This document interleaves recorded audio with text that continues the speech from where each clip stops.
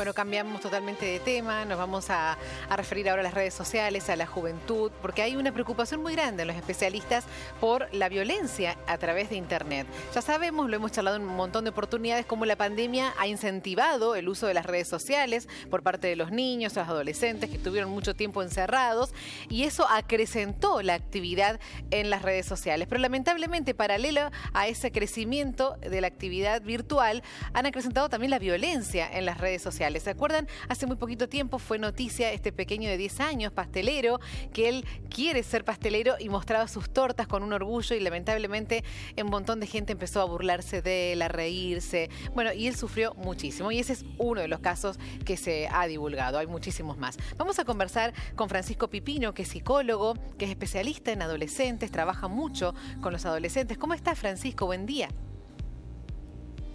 ¿Qué tal? Buen día. ¿Cómo estás, Mercedes? Muchísimas gracias por la invitación. Un placer conversar con vos como siempre.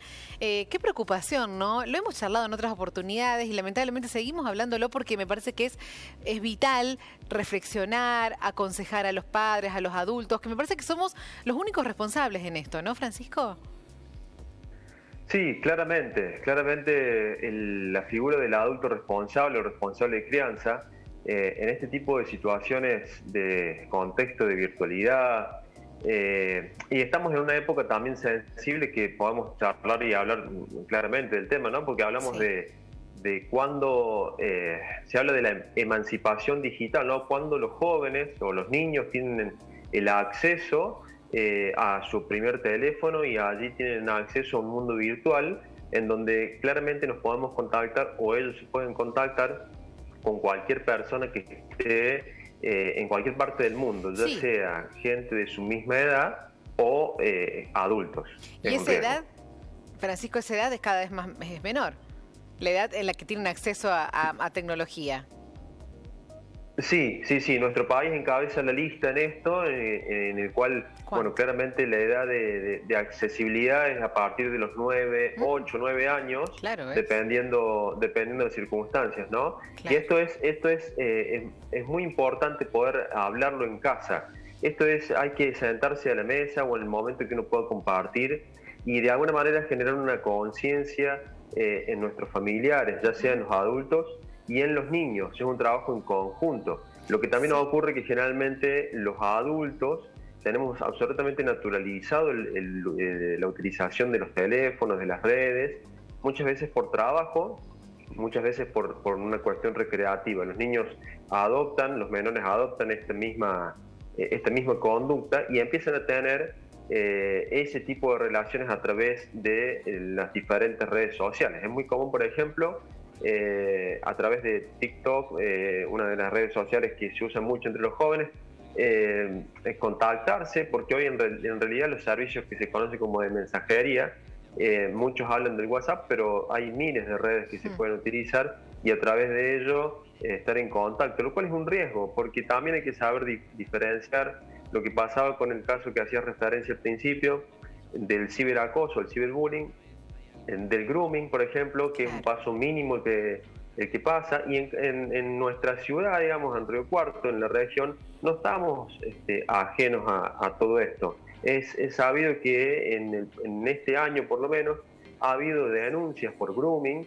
Para que la gente en casa también se familiarice con el término. El grooming es el acoso sexual por medio de las redes sociales de adultos a menores. Ha habido casos de denuncia y de detención de gente de nuestra zona que participaba de estas redes, ¿no? Y son redes de delitos incluso, que hay que estar muy atentos. Entonces el adulto, la figura nuestra, tiene que estar absolutamente comprometido y tiene que hablar de esto. Y si no sabemos...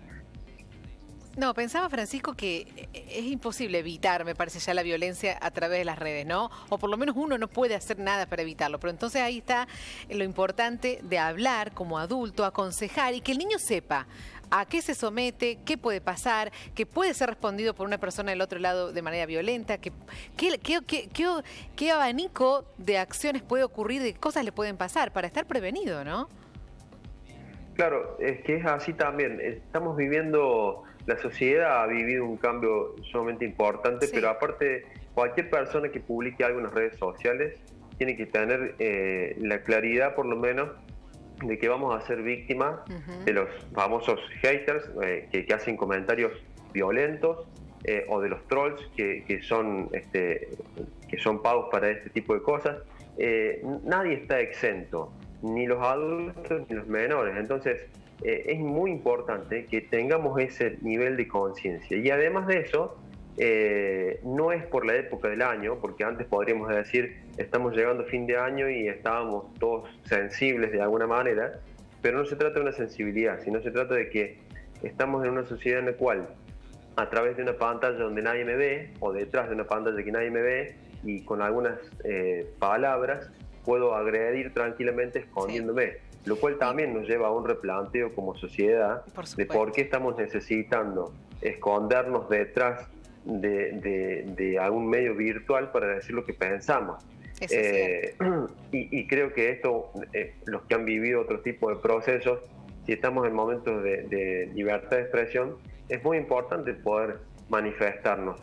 Y Francisco, ¿en qué hacemos hincapié cuando charlamos con nuestros adolescentes? ¿En qué hacemos hincapié? En que sean que conozcan su identidad, la autoestima. ¿En qué hacemos hincapié como para prepararlos también ante este mundo virtual tan moderno y con tanta maldad? Hay 3 cosas que son importantes para que podamos charlar en casa. La primera es fomentar el autoconocimiento. El autoconocimiento implica que cada persona pueda conocerse íntegramente, desde los padres hacia los niños o los responsables de crianza, ¿no? Lo segundo es que se pueda hablar en casa de absolutamente todo, sin prejuicios. Perfecto. Incluso estemos equivocados o no, lo vamos a dialogar en un consenso. Y lo tercero es que tanto los adolescentes como los niños y las niñas puedan tener un lugar de referencia. Es decir, que la casa sea, o ese responsable de crianza, sea la persona y el adulto de referencia en el caso de que tengan dudas.